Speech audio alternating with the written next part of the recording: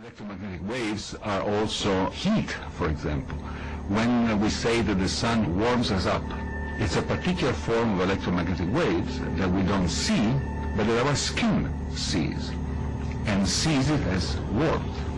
We are in a soup of electromagnetic radiation. Almost anywhere you are, you can pick up your cell phone and receive a phone call. You can turn your TV and some signal will come through. These electromagnetic waves can be harnessed and used in a variety of ways. In Alaska, there is a facility that does just that. HAARP is a directed energy experiment being undertaken by the US. From HAARP's wide field of antennae, the waves are focused and beamed into the ionosphere high above the Earth's surface. The ionosphere is part of our atmosphere. It contains electrically charged particles and acts like a mirror, reflecting radio waves back to Earth.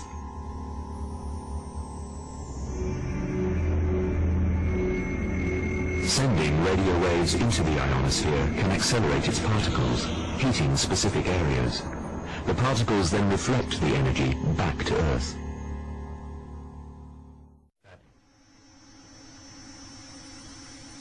If we were looking at what an electromagnetic pulse might look like, if you could see it, it would be sort of like when you see in the cartoons when there's a pulsating cone of energy that comes out of something, that comes down from the line of sight. That would kind of be like what an electromagnetic pulse would visualize like, if you could visualize it.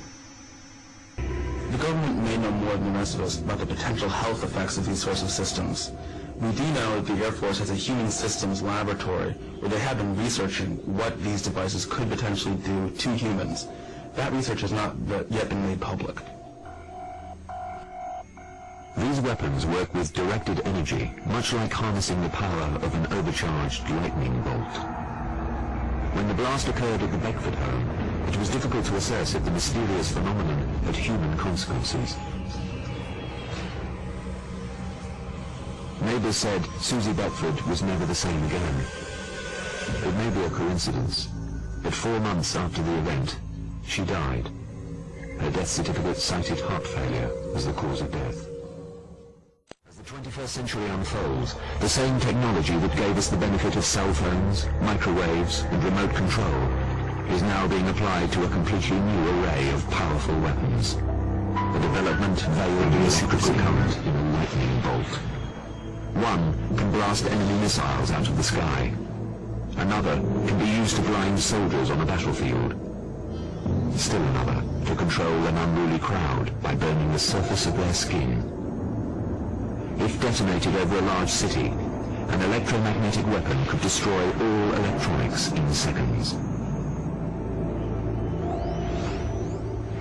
Though their effects may be different, they have one remarkable feature in common.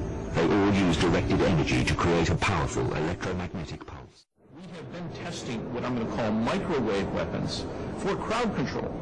You can affect a large area by sweeping the beam and making sure that people are in the beam long enough to get a very nasty sensation of being cooked, which, to a very fine depth, they are. If you haven't heard about these weapons, it's no surprise. Their development has been secretive, and they sound more like science fiction than reality.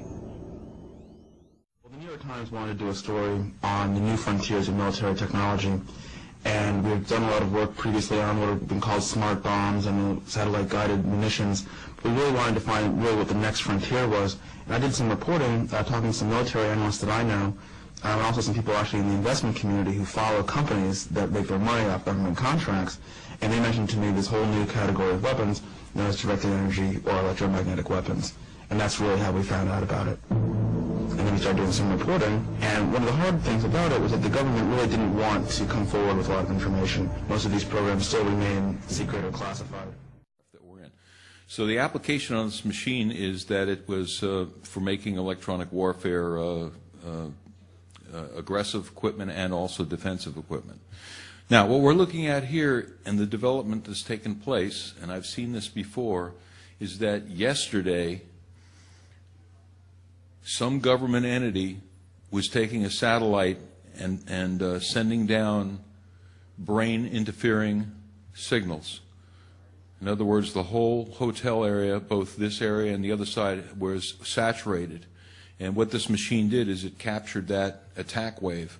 I turned the machine on about 8:30 in the morning, and it was there. Now, for the past 5 days, I've been in Sunnyvale doing an assignment over there, and this wave was not present the whole 5 days that I did analysis of the electromagnetic spectrum over there.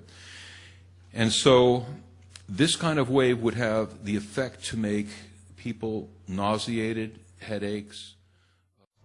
Lasers, masers and microwaves will use directed energy to blow missiles from the sky, neutralize the enemy without bloodshed, and attack communication systems, throwing command and control centers into chaos.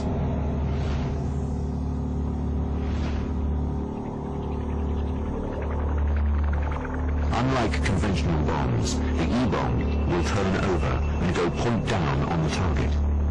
A massive current pulse runs down the bomb, driving the energy forward and dumping it into the microwave antennae. The bomb destroys itself, disintegrating high in the air just as the microwave beam blasts out onto the target area. This target area is called the lethal footprint.